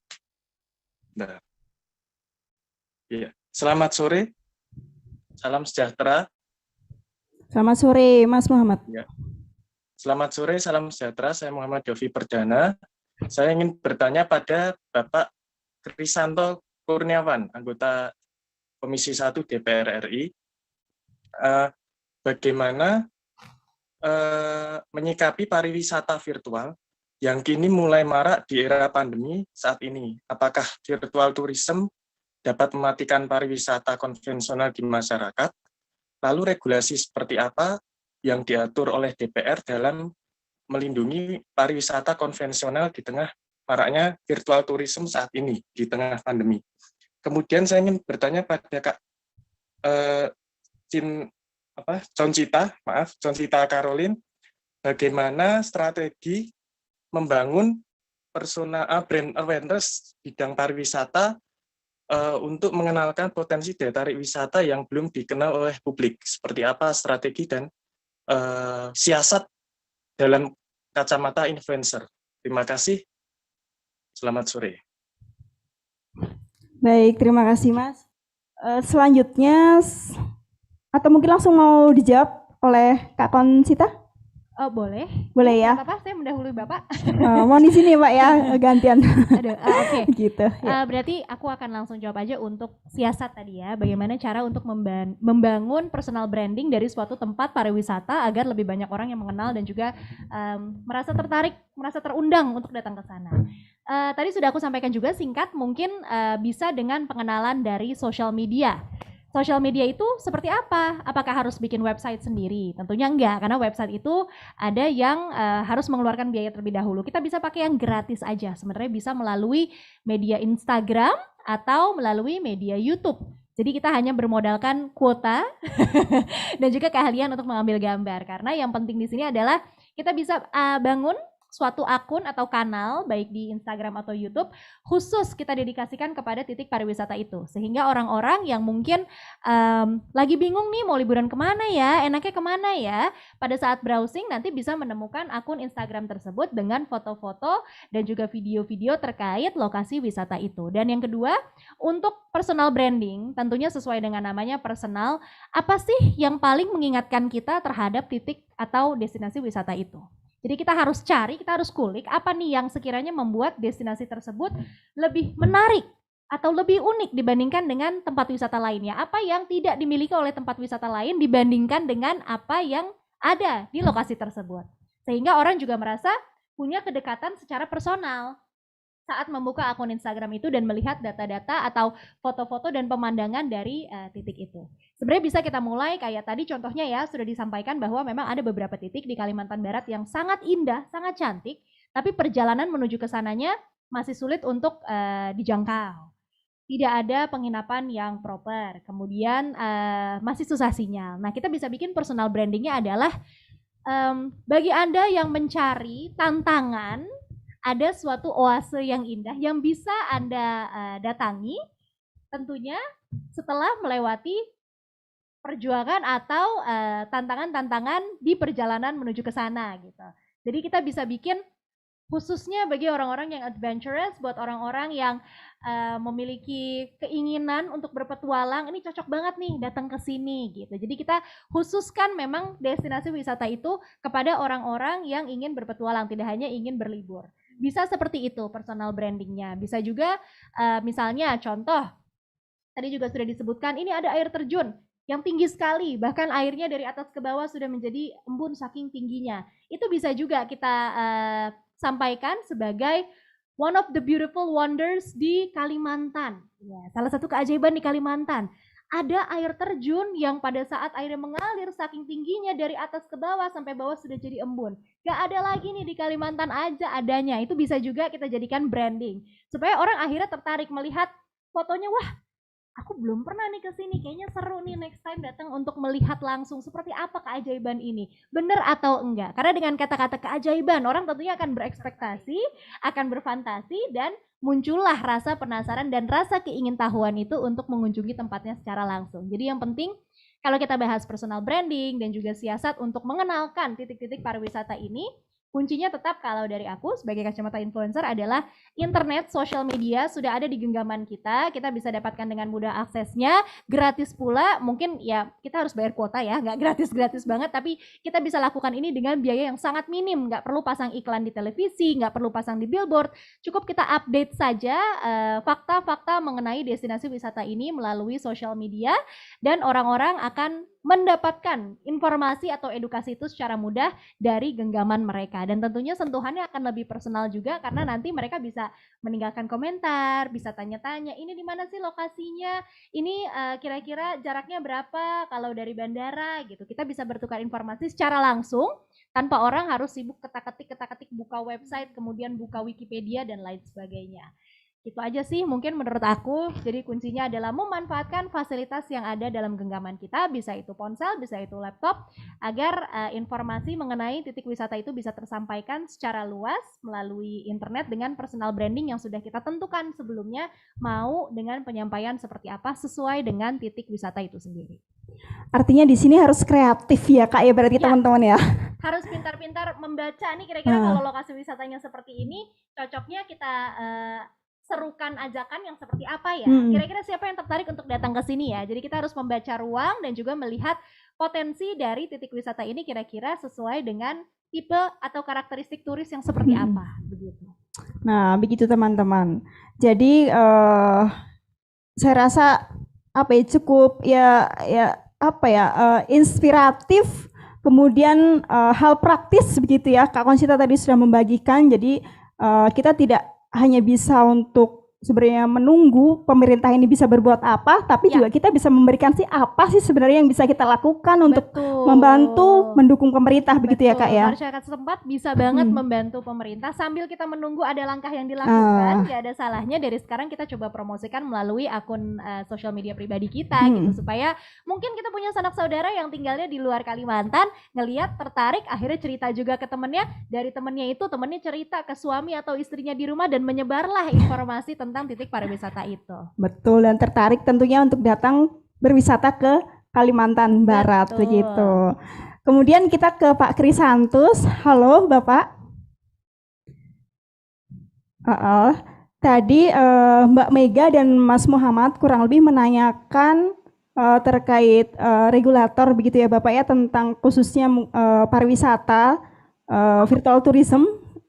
Sejauh ini yang sudah ditetapkan oleh DPR sendiri sudah ada belum sih Pak? Begitu Pak. Baik, yang pertama Mbak Mega Pontianak, bagaimana kebijakan pemerintah di tengah pandemi? Tentu pemerintah sudah melakukan beberapa upaya dengan regulasi yang sudah ditetapkan.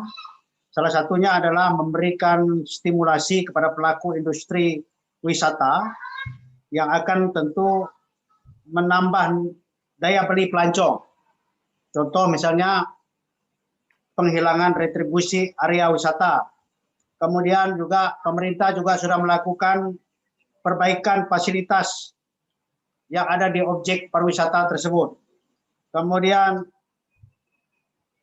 subsidi bagi transportasi untuk menuju daerah pariwisata tersebut.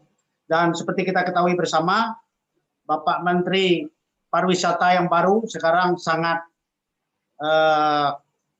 responsif, berupaya bagaimana membangkitkan kembali sektor pariwisata, terutama ekonomi kreatif.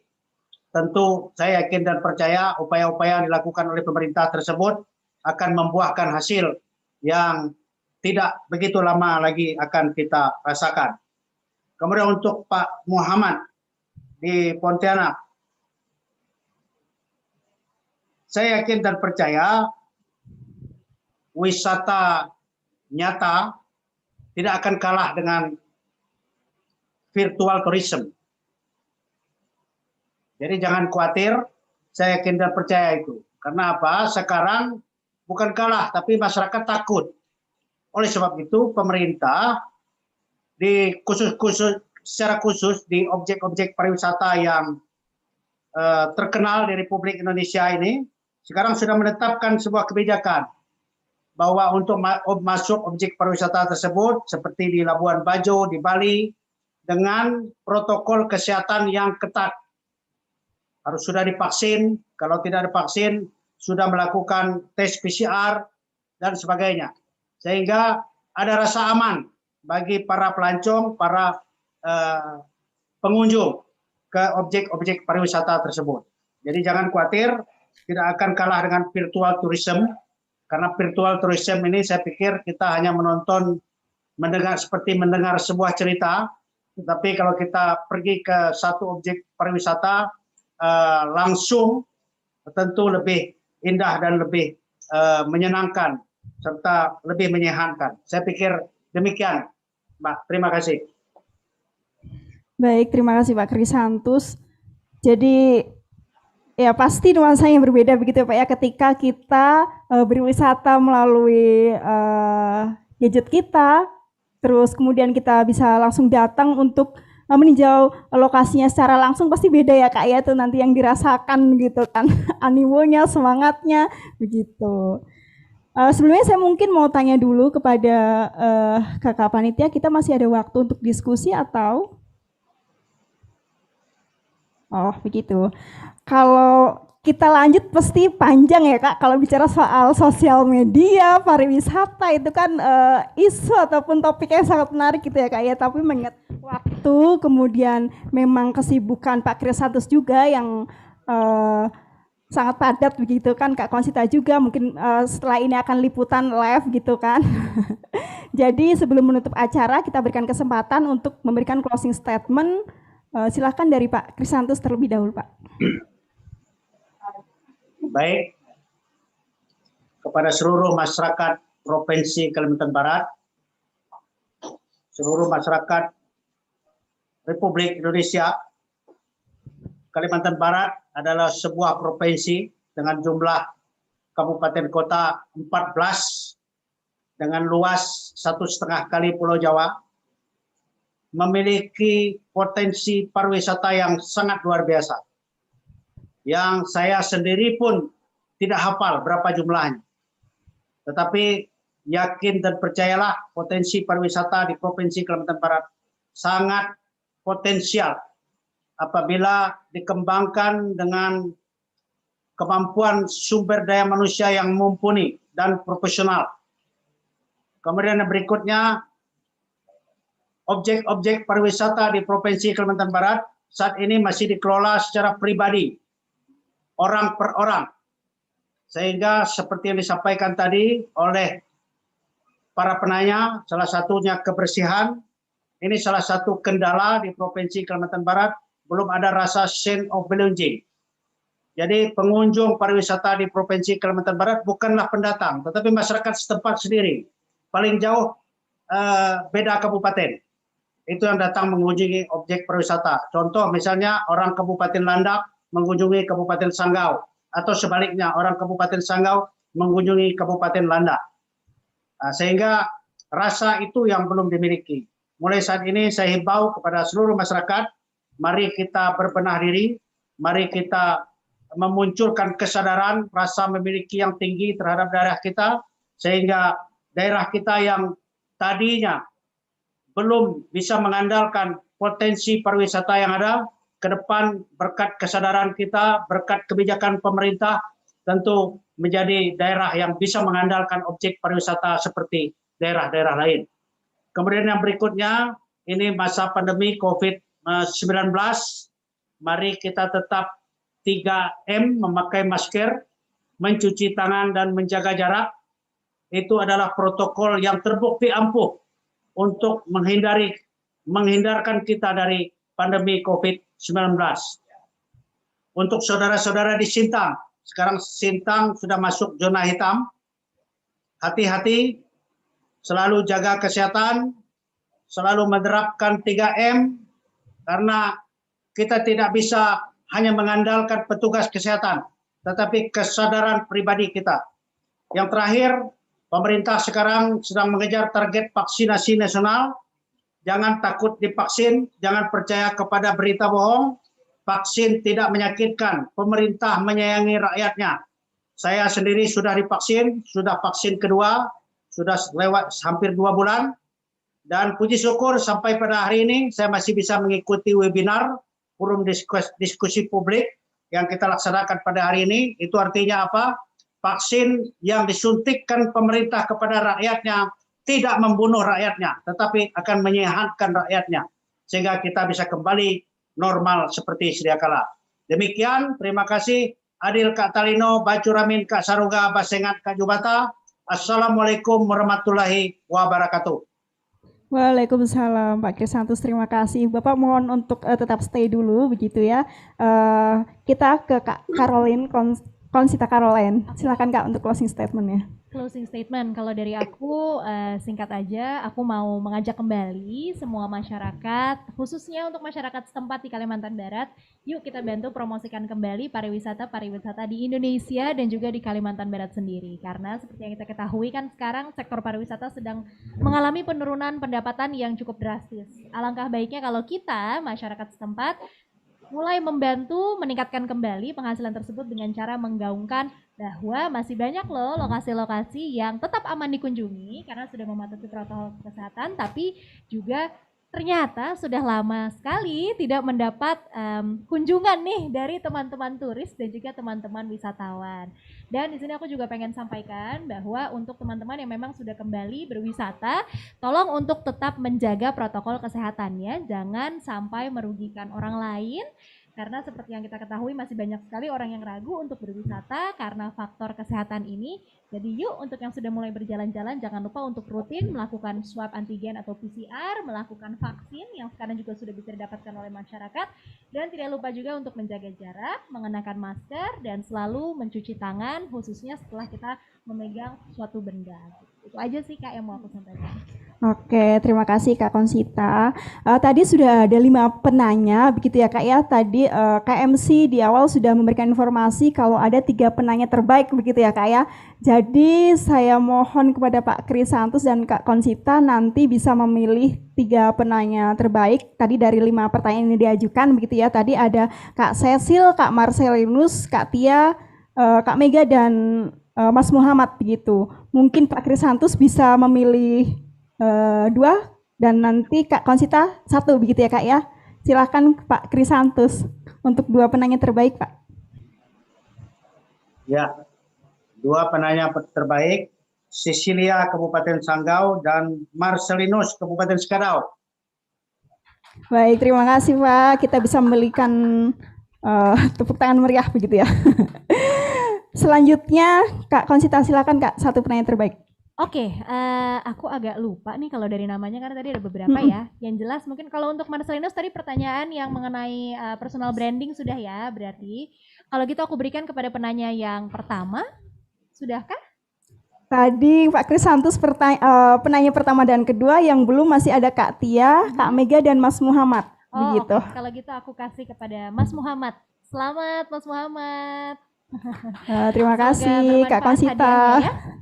Selamat kepada para penanya terbaik. Jangan lupa teman-teman tetap bisa mengupload untuk diskusi publik serta perayaan hari ini yang begitu meriah dan bermanfaat begitu ya Kak ya. Diskusinya kita bisa upload dan men-tag untuk akun-akun dari Ditjen Kominfo, kemudian kepada akun dari Pak Krisantus sendiri juga. Teman-teman jangan lupa untuk follow ataupun ikuti kegiatan Bapak begitu ya. Sebelumnya mungkin kita bisa foto terlebih dahulu ya. Teman-teman yang ada di virtual Zoom bisa untuk mengaktifkan kameranya supaya kita bisa ambil foto bersama.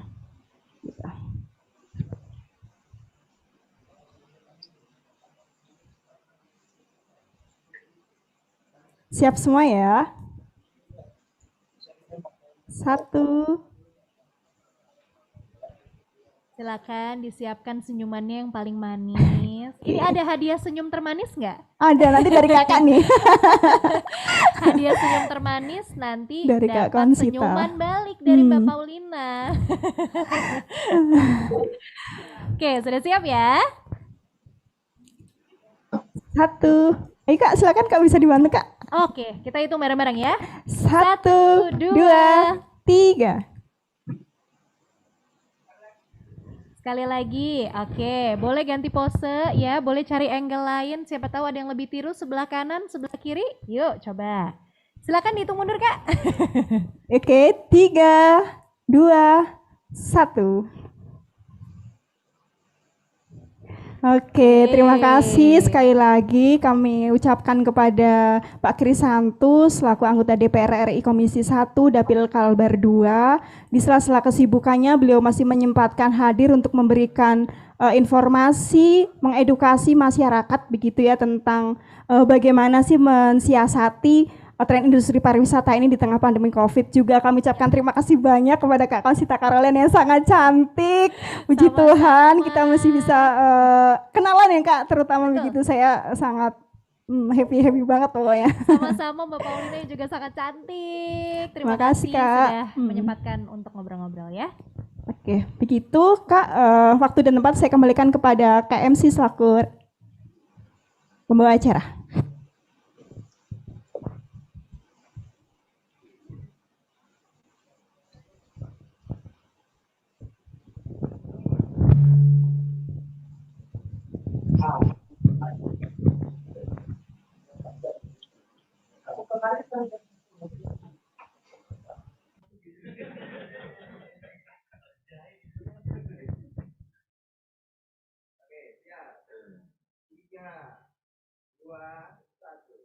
Baiklah, webinar forum diskusi publik siang hari ini telah selesai. Luar biasa sekali, banyak pesan dan informasi dari narasumber yang ada di offline atau yang ada di tempat.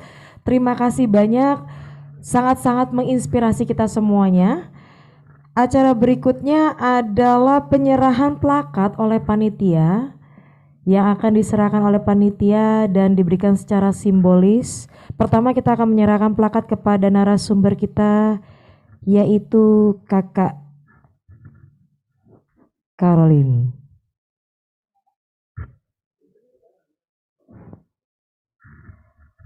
Untuk plakat berikutnya diserahkan kepada moderator Kak Paulina secara simbolis.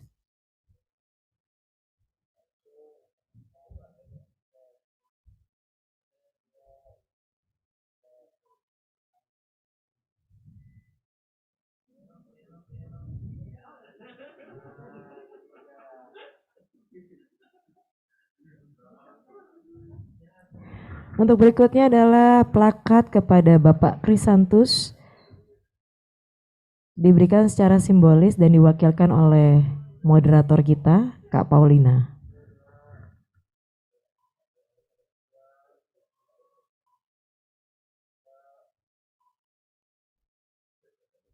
Baik, untuk plakat berikutnya adalah mewakili Ibu Septriana, yang diwakilkan juga oleh moderator kita, Kak Paulina.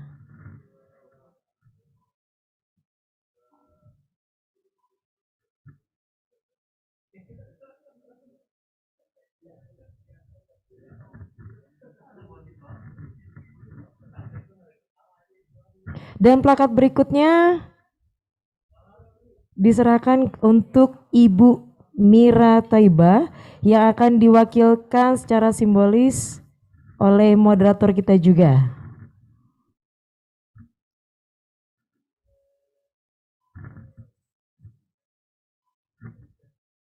Baiklah, penyerahan plakat telah selesai.